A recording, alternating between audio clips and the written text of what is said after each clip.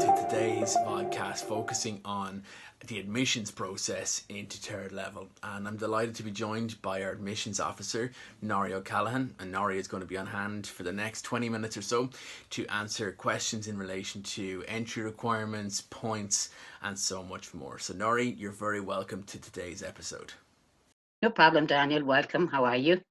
Good, thank you. To get started, we've had a question come in about psychiatric nursing, and the question was, if I get an offer on psychiatric nursing, can I transfer to general nursing when I start? It's a very common question we get out in schools on a very regular basis as well. It is, and unfortunately not. If you receive an offer in psychiatric nursing, then I'm afraid that's the program that you will follow throughout your 4 years. Now, for those who decide to take psychiatric nursing and perhaps at a later stage would like to go into care of the elderly, or there are so many specialisms and a lot of postgraduate opportunity available. Okay, excellent. So kind of somebody on psychiatric nursing, that need not be it for life. They can specialize at postgraduate level. Okay, perfect. And also then in relation to, there is a points difference between psychiatric and general nursing, and there is a gap there. Just to be aware of that they are, general nursing tends to be in around the 410 mark approximately, and psychiatric in around what, 380, 385 approximately. Correct, and that really is all down to demand. General nursing would just be the more popular discipline. And so the more applicants you have, and with the reserved number of places, the points will always be higher. Okay, yeah, so you might just maybe explain that to some of the viewers as well in relation to the points process, because I suppose we questions as well over the past number of Q&As in relation to what will the points be for this course in CEO 2020? And I suppose a lot of students expect us to be able to come back with a definitive answer, which we can't do. Can you explain that process to students and parents that are watching this in relation to how the CEO point system works? Okay, sometimes there can be a misconception that it is the college itself who set particular points in any 1 year. That's not the case. If you look back over the years, points are fluid. They can go up, they can go down, and that is all demand driven. So, if you have a high number of applicants for a small number of places, you're looking at high points. In the case of, you mentioned a difference there between general and psychiatric. That difference is not because there is any sort of difference in standard. Absolutely not. It is all demand driven.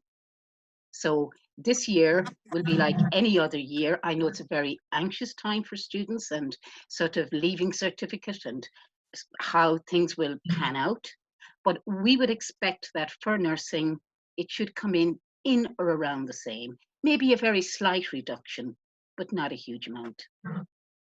Okay, and I suppose as well, just to highlight that a level 8 course in AIT is equivalent to a level 8 course anywhere else in the country, no matter what other university or IOT you study it in. I think sometimes there is that perception that the level 8 degrees that are higher points are of a higher standard. So it's important to realize as well that points are purely based on demand, and the level under the National Framework Qualifications is the same standard nationwide. Is that correct? Oh, absolutely. Once it is an NFQ level 8, they all hold the same currency, irrespective of whether you complete through the university sector or through the IoT sector. There is no difference.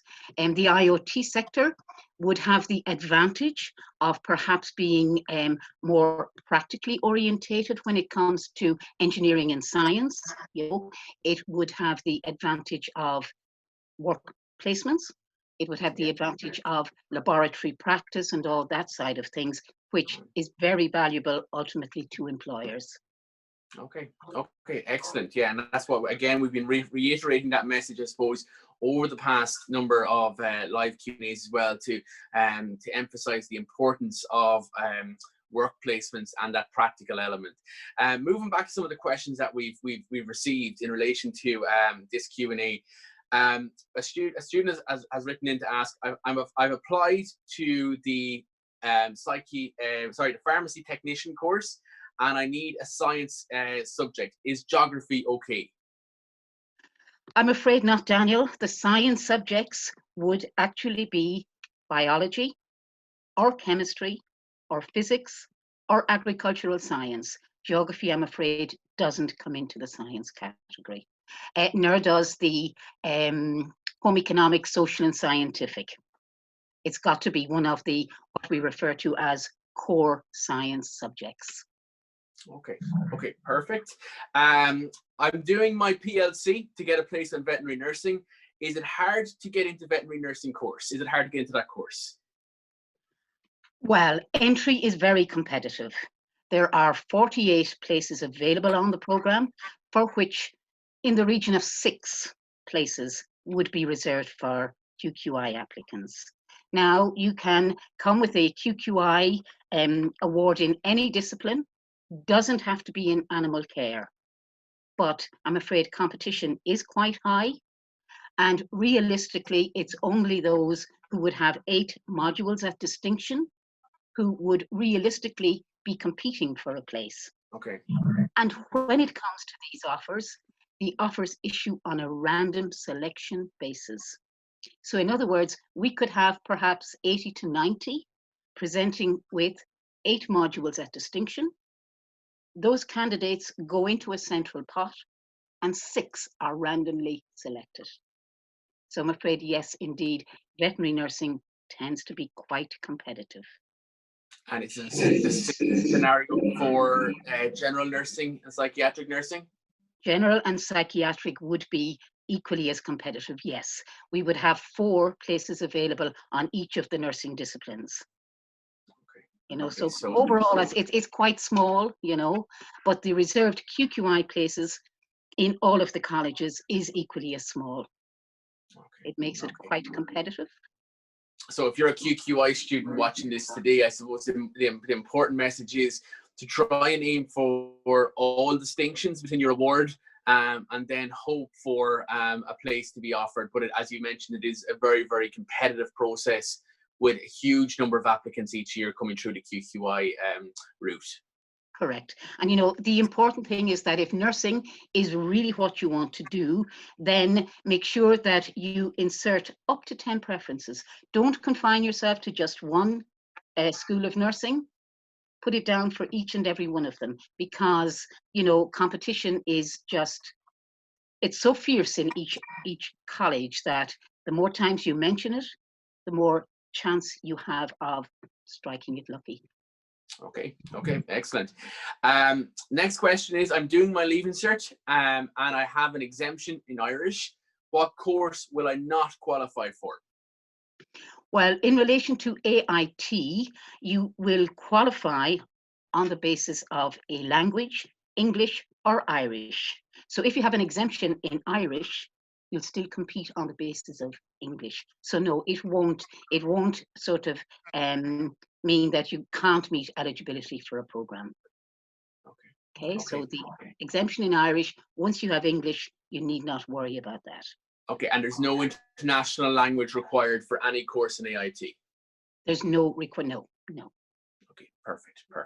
So for anyone watching, any Leaving Cert student, that's an important message, that English or Irish is the acceptable language, and if you're exempt from studying Irish, we will accept English as that language. Absolutely. Next question. I failed maths last year and I'm doing my Leaving Cert again this year. How will my points be calculated? Okay, well, your points can only be calculated across one sitting of the Leaving Certificate. So if you take the Leaving Cert in 2020 and you're successful at maths, then we will count the points across this year's Leaving Certificate. Or alternatively, if you have higher points from your 2019 sitting, then that's the sitting we'll base the points on. So it will be the higher points of the 2 sittings. Now, bearing in mind that if we calculate our points based on 2019, Maths will then be used just to meet eligibility. Okay. Okay. Okay. So one sitting of the Leaving Cert, whichever is the higher of the two. Okay. Okay. Perfect. Perfect. And finally, the last question that's come in for today is, I'm not very strong at maths and I'm thinking of taking the foundation maths exam instead. Will this affect my course choice at AIT? It will affect it in the sense that we have just a small number of programs for which the foundation level maths meets eligibility. And those programs would include our art and design programs, our applied social studies, our early years care, and our hospitality programs in culinary arts and bar supervision. So in other words, if you take foundation level maths, you would then be confining your choices to those. Okay. Okay. Norrie, thanks a million for joining us today. Really appreciate it. Will you join us again, maybe at a later stage as we get on through CEO to answer some more queries? Absolutely, absolutely. Excellent. And can I just take this opportunity to wish all listeners success this year? It's a very different year. It will be a very anxious time when it comes to the Leaving Cert examinations, but look, all those will be factors for consideration, you know.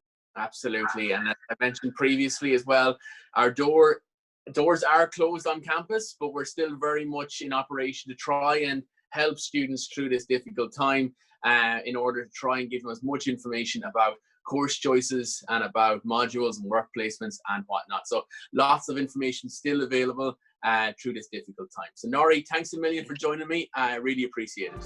Thanks, Daniel.